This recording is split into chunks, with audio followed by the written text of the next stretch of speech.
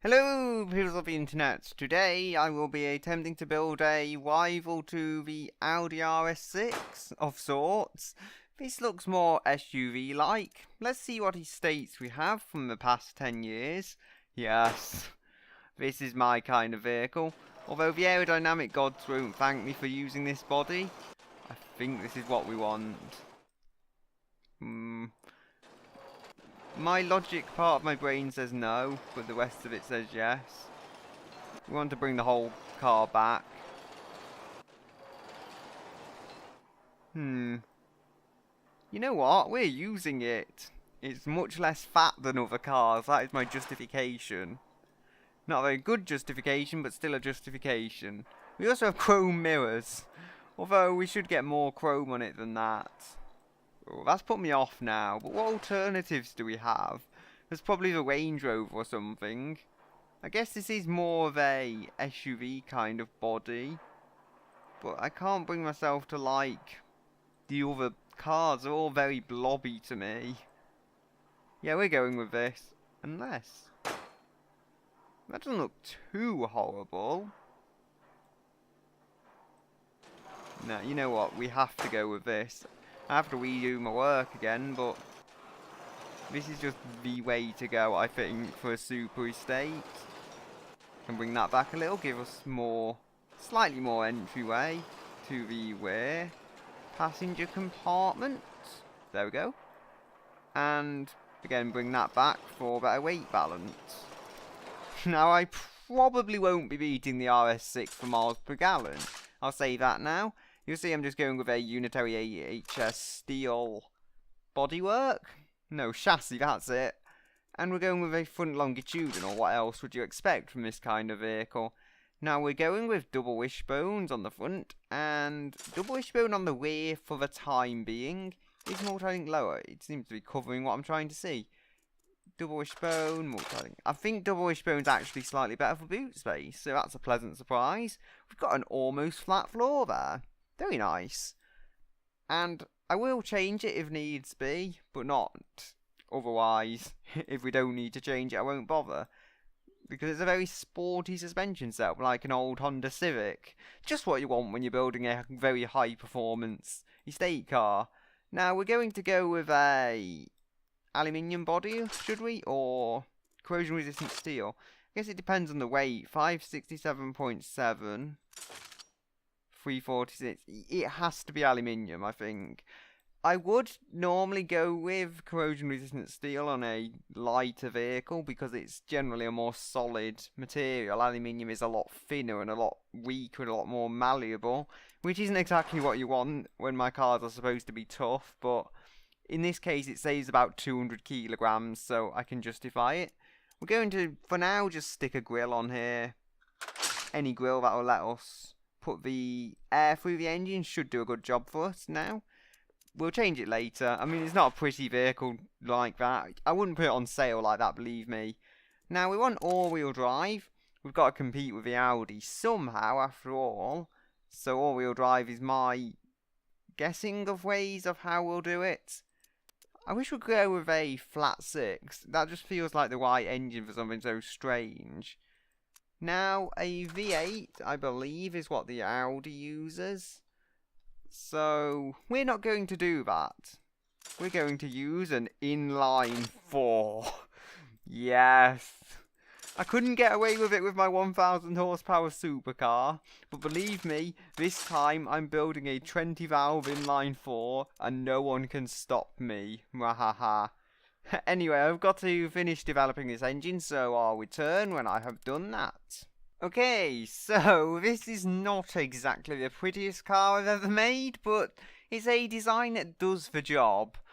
There is far too much cooling for me to ever use on this, but otherwise I wouldn't have got it to work, so I've just stuck massive grills everywhere and then blocked it off, basically. I know, it's not my best design. I've got an exhaust system of sorts there as well. I've put the exhaust pipes on. Hopefully they're large enough. Knowing how massive the exhaust on this is, they could be too small. Probably half of them are just fake. They're probably like fake exhaust pipes or something. But either way, I think it's a functional enough design. It's inoffensive enough The wing is off a Countach because, yeah, you want a Countach wing on your sport estate SUV combination thing. I'm also actually going to turn the quality up a little. I think I'll go +1 on quality, but +2 on the engine, and I've messed up there. Come on, +1, +1. I think we're done there. Have we missed a menu? I get the feeling we have. No, we haven't. I'm just being stupid, okay. So, the engine. 615 horsepower. And it actually makes the power earlier as well, yet it still comes to an end at about the same RPM, sorry, it was before. So all in all, we've made a good engine. The one place that's compromised is the economy, because we're essentially running more power naturally aspirated, and that has its own problems.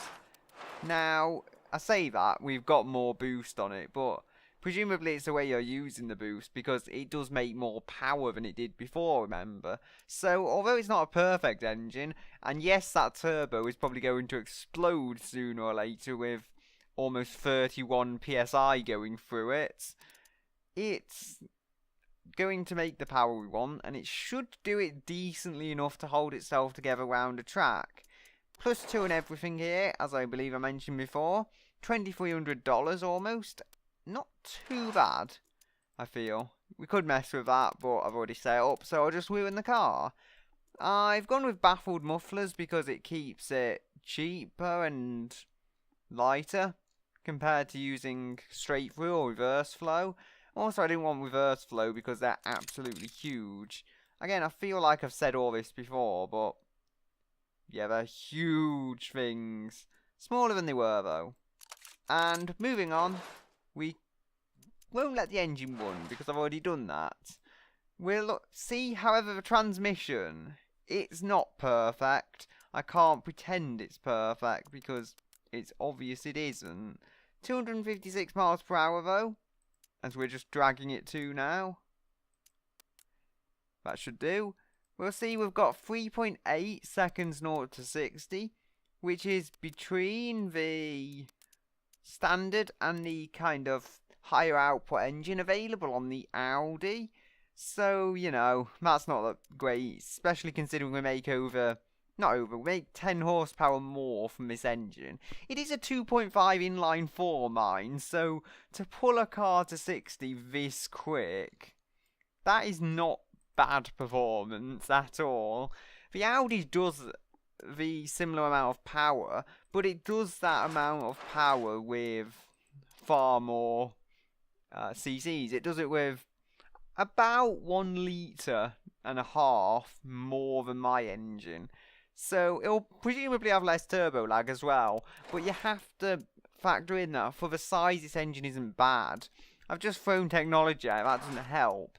Again, we have to go back here. What's the kind of economy? No, miles. Reliability, there we go. I got there eventually. Reliability is 67.2.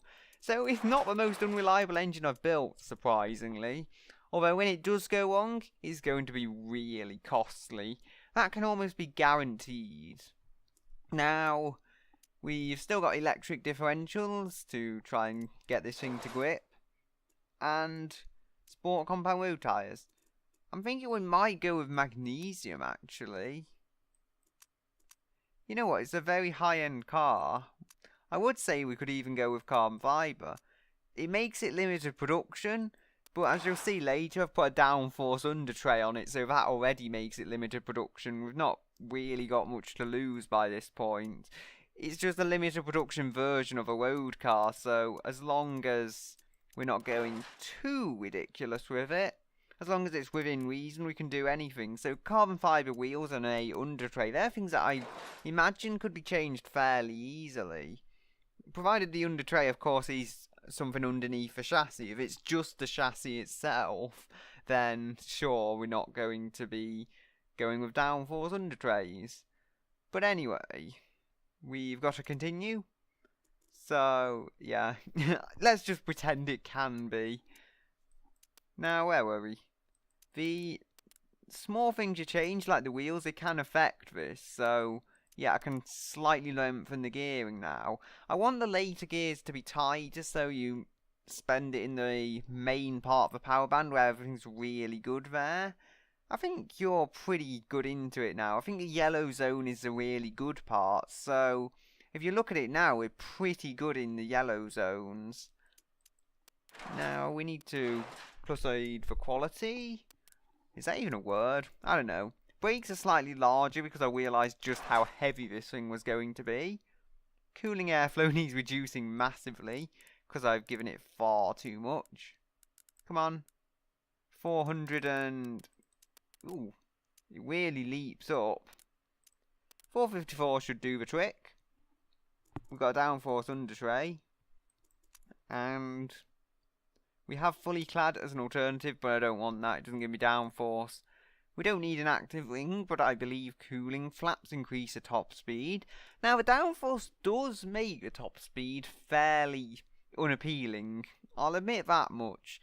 But the German car companies generally limit their cars to 155 miles per hour anyway. So if we compare it to that limiter, it's nothing too bad. Getting, how many, 4 miles per hour more. Now, we want a +2 on the interior, I think. And the infotainment, because they're the things you see and touch inside the car. So we want a particular emphasis on them. I'm not sure how much this is going to cost. We're going with comfort on hydro pneumatic. Although I don't believe it's something you'd set up like that, because I believe it's just you have the springs on the road and everything, and they filter out bumps in the most basic way, so you don't really set it up as you do with conventional suspension systems.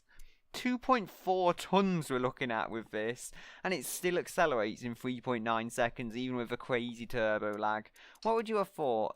This is a good engine, though, respective of the compromises it had to make. This is not bad by any means. I mean, it's an inline 4. Yeah, I'm just thinking the Mercedes 190e would be proud. That was also a 2.5 litre inline 4. Now, we do need to take this around the test track sooner or later. 8-seat premium wagon. Well, it got that right. Now, it's 48,578. That's with some good profit margins on there. We could probably charge +6% base or +5%. Or even, if we're feeling greedy, we could go with 8% on the base model. Is that on the base model? No, 8% plus the base price. Feeling greedy. We could take 10% profit, but that's likely to make it uncompetitive, so let's not bother doing that. Now, I'm happy. We'll see, we're running very, very slightly more downforce on the way. The reason being it's already rear biased for weight and what's in otherwise a very well balanced vehicle. I'll mention now the power distribution is 40% front, 60% rear. I decided that was a fairly good weight balance given the tyres and everything we've got on the car. So we're going to take it round the test track now and see how we can do. Okay, so I have good news and bad news. Let's go ahead with the good news first, then I can only disappoint you.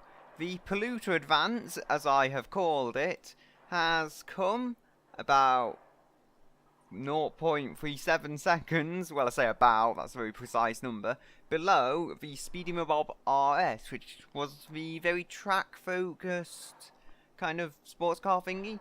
For the power to weight ratio that's not too bad.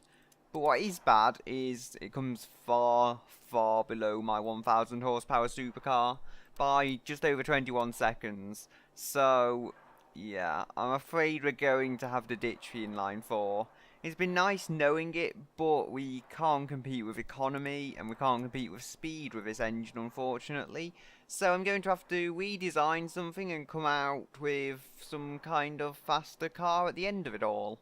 So, sometime later now, we have our engine. It's actually a surprisingly efficient engine. It's got 418 pounds per HPH, whatever that is. And the performance index is also quite high. We've got 712 horsepower. The power delivery is slightly awkward. It kind of lumps up a bit and then comes back down. But all in all, I'm happy with it. As you'll see below, it is a V12 4 valve per cylinder overhead cam, because it has to somewhat be produced in volume. I'm not going with a 5 valve per cylinder dual overhead cam engine, because that would be far too expensive, I think, to produce in these volumes. You can do with dual overhead cam V8, but in this kind of V12 engine, you just want to get it right and use simpler technology, I think. And as you've seen, I've got loads of power out of it, yeah. I was just really worried I messed up VVL there. It was set to 100. That's interesting. Hurts economy, but it does push the power up a bit. I didn't expect that to happen. I'm already making the engine better though. Ooh, it does hurt economy quite a bit though, so I'll leave that 100. And I've not finished the engine properly. Oh, I'm so foolish. I'll show you how I do this. So anyway, while we're here and everything's set up, I just lower this until it won't go any higher. So we need to find the point here at which these things over here, just under the turbos where I'm hovering now, will flash yellow. And then I need to get to the CCs just below that. So I just missed it by a few points. There we go. I think we found it. And then with this side, I need to get it up to the displacement I want. Oh. Oh dearie me. I think I've set this up for the performance index, for the best performance there. We're still making 700 horsepower, so I'm fairly happy, even if it's not the best engine in the world anymore. Not that it ever was the best engine in the world. This really wants to rev. Yeah, I'll have to come back. I'll have to come back to it, because my work appears to be coming undone quite quickly. The exhaust, well, it was quite small. It wants to get massive now. No, stay at your compact dimensions. Well, I say compact, not really. Still, I'll let the engine hear you somehow.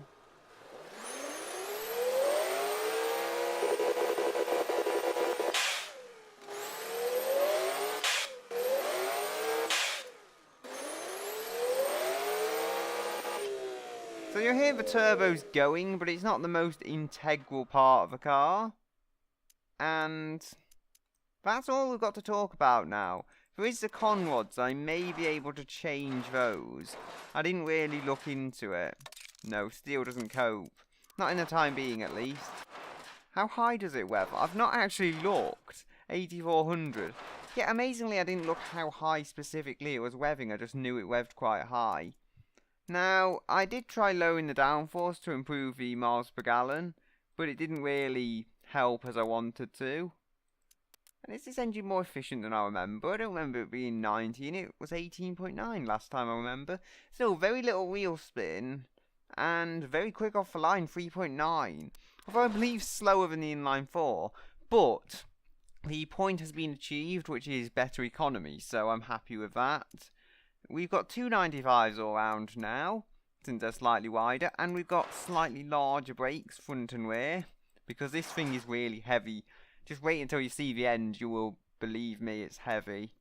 Now, I actually redid the front end of the vehicle a bit to make the cooling perfectly matched up to the car. So it looks strange, but, you know, it's all functional now, other than those grills which aren't functional. I was just considering that maybe I could, say, go with a sport interior, which I believe is a lot more expensive than premium, yes, but take off a lot of the entertainment, maybe have 4 seats or something. That would chop off a good 400 kilos, thereabouts, off the car, but I don't want to do that because part of the point is it's a huge luxurious barge, so to just go and try and make this light, it's not going to work. Also, I've built a track car as well, which was the Thingamabob RS, so it's never going to compete with that for weight, so why bother?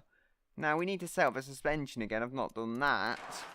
And if we look at the weight balance, 51% front. It's not too bad, although it's worse than before when we had loads of weight on the rear to give it grip and all.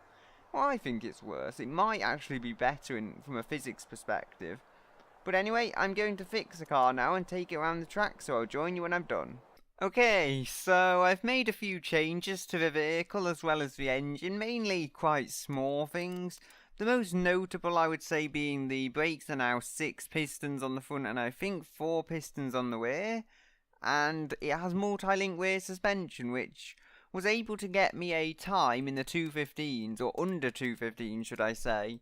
It's a 2:14.97 time. I did play around with carbon ceramics to make it slightly more capable, but I decided it weren't worth it overall. If we just look at the brakes, we probably don't need 6 pistons, let's be honest, but still, I went with them anyway, trying to get that extra bit of performance out of it. And I will mention now, though, the weight of this thing is just ridiculous. It's heavier than the last generation Range Rover by a good 40 kilos, and we're talking a V8 supercharged variant here, so not exactly a light variant of the old Range Rover. And those things are road tanks, but this is more of a road tank because it's a wide body thing. Yeah, I've not really taken the approach I wanted to rival the RS6, but it holds up decently well, I think.